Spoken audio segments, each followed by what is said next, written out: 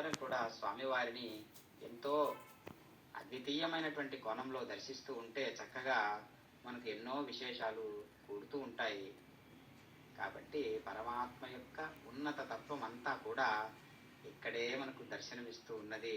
అదిగో పరమాత్మ యొక్క వైనాన్ని మనం చూస్తూ ఉన్నాం. చక్కగా స్వామివారి యొక్క సంకల్పాన్ని స్వీకరించి మనం కూడా ఎంతో ఉత్సాహవంతులమై ఈ యొక్క కైంకర్యాలన్నీ కూడా నిర్వహించాలి. ఉత్సాహము అంటే చక్కనైనటువంటి ఉత్సాహం. అది సంకల్పాలన్నిటినీ కూడా ప్రేరేపించేటటువంటిది, సంకల్పాలు నెరవేర్చేటటువంటిది. ఒక గొప్ప అద్భుతమైనటువంటి పదార్థమే ఉత్సాహం. కాబట్టి ఉత్సాహలక్ష్మి మనలో ఎంతగా దర్శనమిస్తూ ఉంటుందో, కనిపిస్తూ ఉంటారో, ఆ ఉత్సాహ సంపదే అన్ని రకాలైనటువంటి కార్యాలను నెరవేర్చేటందుకు సిద్ధింపజేసేటట్టుగా మనకు పూనికగా వైవాహిక మహోత్సవాక్యకర్మణి ఉపాసనాగ్ను అగ్ని ప్రతిష్టాపనం కరిష్యే.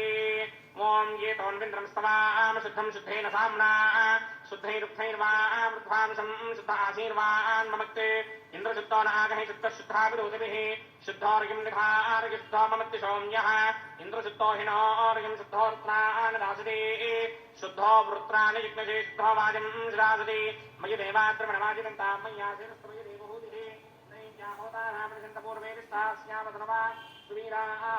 మక్యం యుజంతమజానహవ్యాగోతిసత్యామనసో మే అస్తే येनो मानगाङ्गतमच्चनाहं विश्वे देवासो अधिवोचना मे जातवेदो भुवनस्य रेत यः सिञ्चतपसो यद्यनिश्यते अग्निमश्वत्थादिहव्यवाहकं शमी गर्भाञ्जनयन्योमयो भूः घृतप्रदीको घृतयो निरग्निकृते सनिधो कृतमस्यान्नो घृतपृषस्त्वा सरितो वहन्ति घृतं पिबन् शिखिरादिक्षदेवान् अतितेन मन्यस्वा अनुमतेन मन्यस्वा सरस्वतेन मन्यस्वा देवतमिदप्रसवा ब्रह्मजिज्ञानं प्रथमं परस्तादुषेमतसृजो वेनामः समुद्रया पुमास्य विष्टासदस्य नमसश्चिवः ओं भू ब्रह्माणमावाहयामि प्रजापतिमावाहयामि पितामहमावाहयामि हिरण्यगर्भमावाहयामि ब्रह्मणे नमः इदमासनं सोमो धेनुकं सोमोर्पत्तमा